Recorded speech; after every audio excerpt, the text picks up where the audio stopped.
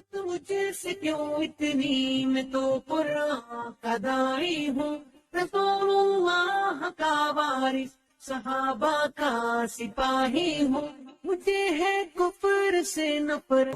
اللہ اکبر لا الہ الا اللہ واللہ اکبر وللہ الحمد۔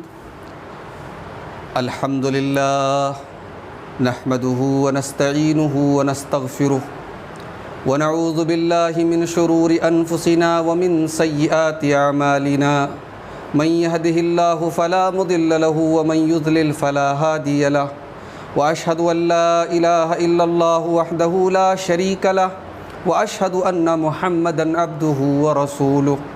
یا ایہا الذین آمنوا اتقوا اللہ حق تقاتہ ولا تموتن الا وانتم مسلمون۔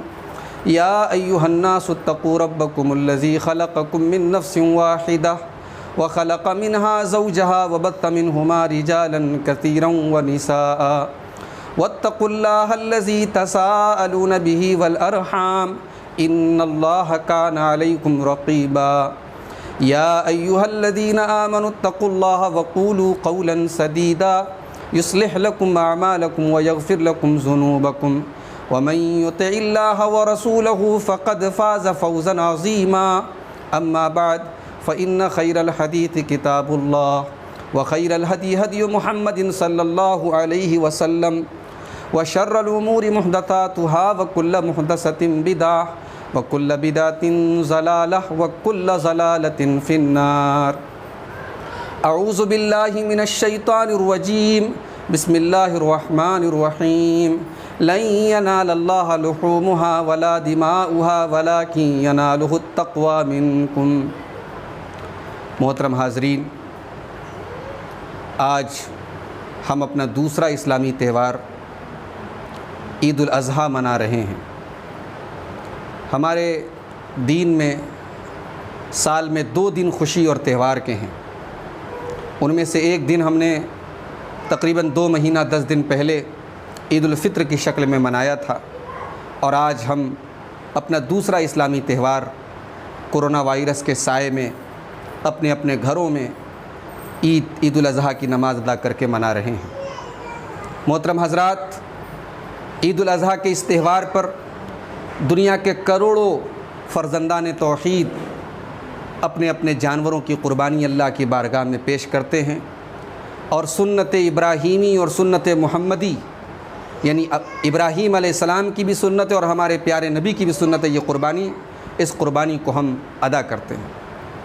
حضرات، اس موقع پر سب سے بڑا سوال یہ ہے کہ یہ جو قربانی ہم کرتے ہیں، اس قربانی کا فلسفہ کیا ہے، اس قربانی کی حقیقت کیا ہے، یہ قربانی ہمیں کیا سبق دیتی ہے، یہ قربانی ہم سے کیا چاہتی ہے؟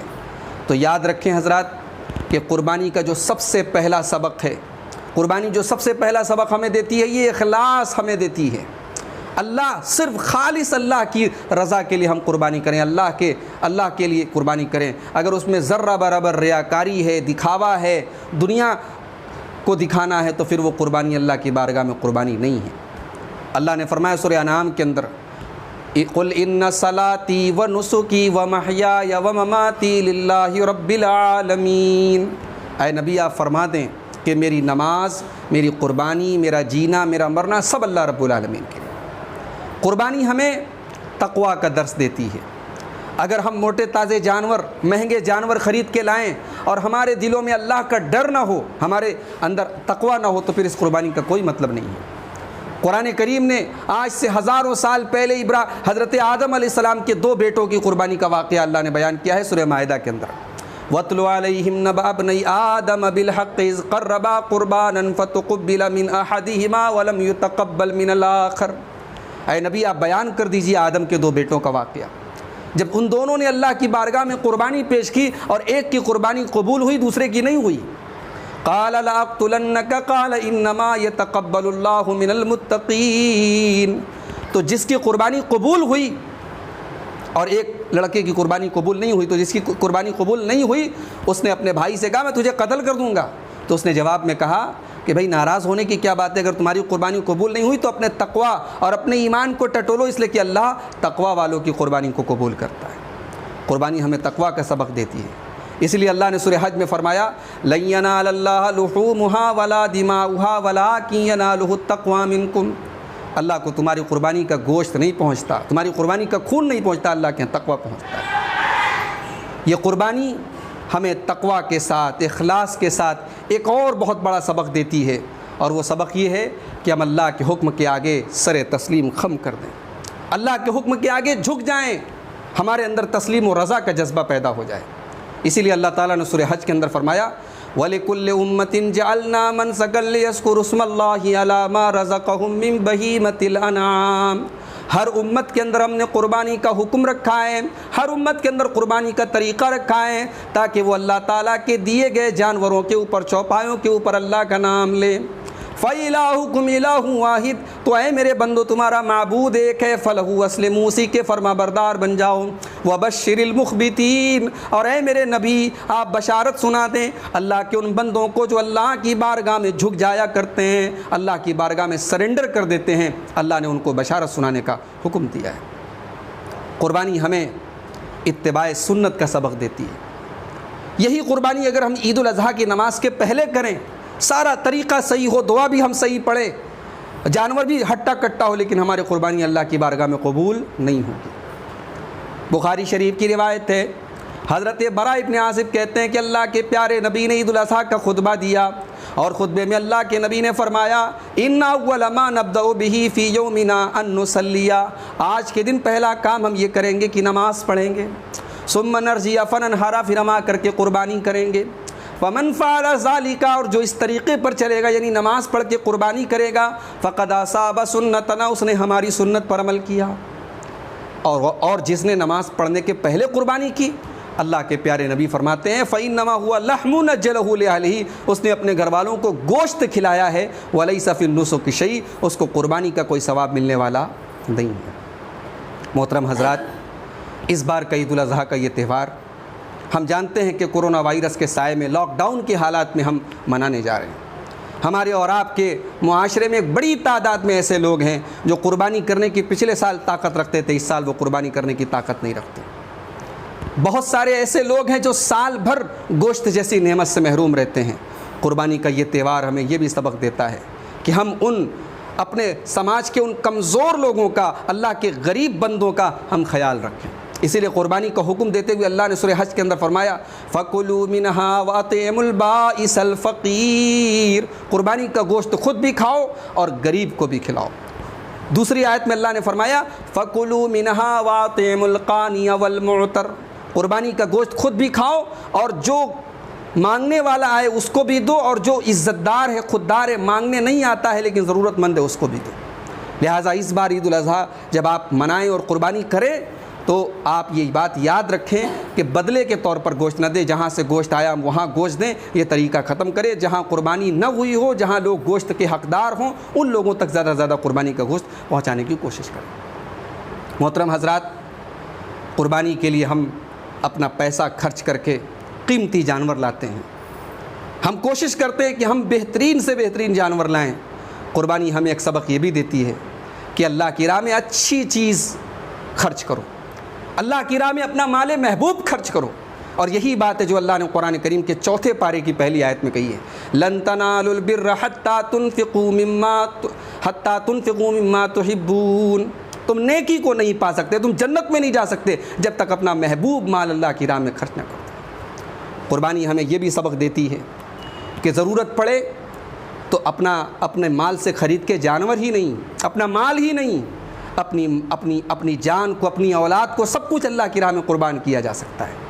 یاد کرو ہزاروں سال پہلے جس قربانی کی ہم یادگار مناتے ہیں، اس قربانی میں ایک باپ کو حکم ملا تھا کہ وہ اپنے بیٹے کو ذبح کر دے، اور جو باپ بیٹے کی جو گفتگو ہوئی تھی، اللہ اس گفتگو کو اللہ تعالیٰ نے کیسی اہمیت دی، اس گفتگو کو اللہ نے قرآن میں بیان کر دیا۔ قرآن مجید کا 23واں پارہ اٹھائیے، سورہ صافات کی آیات ہیں۔ فلما بلغ معه السعي قال يا بني اني ارى في المنام اني اذبحك فانظر ماذا ترى، جب وہ بیٹا اپنے باپ کے ساتھ دوڑنے کے قابل ہو گیا، باپ نے بیٹے سے کہا کہ اے میرے بچے، میں نے خواب دیکھا ہے کہ میں تجھے ذبح کر رہا ہوں، فانظر ماذا ترى، تو بتا کہ تیری کیا رائے ہے۔ تو بیٹا جواب دیتا ہے قال ستجدنی ان شاء اللہ قال یا ابت افعل ما تؤمر ستجدنی ان شاء اللہ من الصابرین. ابا جان آپ کو جو حکم ملا ہے آپ پورا کر ڈالیے، انشاءاللہ آپ مجھے صبر کرنے والوں میں سے پائیں گے. فلما اسلما وتلہ للجبین، جب دونوں باپ بیٹے اللہ کے حکم کو پورا کرنے کے لیے تیار ہو گئے اور باپ نے بیٹے کو پیشانی کے بل یا کروٹ کے بل لٹایا، ونادیناہ یا ابراہیم قد صدقت الرؤیا انا کذالک نجزی المحسنین. ہم نے پکارا کہ ابراہیم تم نے اللہ کے خواب کو سچا کر دکھایا، بے شک یہ بہت بڑا امتحان تھا جو تم نے پورا کر دیا. یہ اس قربانی کی ہم یادگار اور اس کو ہم یاد کرتے ہیں اور اس سنت کو ہم زندہ کرتے ہیں. تو قربانی ہمیں یہ بھی سبق دیتی ہے کہ ضرورت پڑے تو اپنا سب کچھ اللہ کی راہ میں نچھاور کرنے کے لیے ہم تیار رہیں. محترم حضرات، قربانی کا جب ہم جانور لینے جاتے ہیں تو ہم عیب دار جانور نہیں لاتے. عیب دار جانور قربانی کے لیے نہیں چلے گا. اللہ کے پیارے نبی فرماتے ہیں 4 قسم کے جانوروں کی قربانی جائز نہیں. ابو داؤد کی صحیح روایت. 4 قسم کے جانوروں کی قربانی جائز نہیں. الاوراء بین عورها، جو اتنا اس کی ایک آنکھ خراب ہو اور اس کا کانا پن بالکل واضح ہو. والمریضۃ بین مرضها، اتنا بیمار ہو کہ سانپ لگ رہا ہے کہ بیمار ہے. والارجاء بین ذلوا، لنگڑا ہے اور لنگڑا پن بالکل کلیئر ہے. والکثیر التی لا تنقی، بالکل دبلا پتلا نہ ہو. معلوم یہ ہوا جب اللہ کی راہ میں کمزور جانور نہیں چلتا، جب اللہ کی راہ میں عیبدار جانور نہیں چلتا، تو ہم اپنی جوانی کو چھوڑ کر ہم بڑھاپے میں اللہ کو راضی کرنے کا کام کیوں کرتے ہیں؟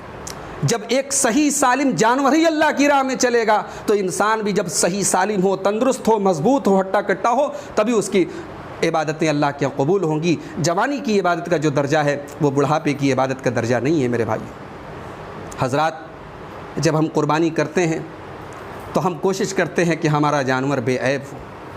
جانور بے عیب ہو اس لیے کہ ہم جانتے ہیں کہ اللہ کے عیب دار جانور نہیں چلے گا. لیکن ہم کبھی یہ غور نہیں کرتے کہ ہمیں بھی تو اپنے رب کے پاس جانا ہے. ہم عیب دار ہیں، ہم اپنا عیب کب دور کریں گے؟ ہم نے جانور کی گردن پر تو چھری چلائی، ہم نے اپنی جیب سے اپنے پیسے سے خرید کے ہم جانور لائے اور اسے اللہ کی راہ میں ہم نے قربان کر دیا.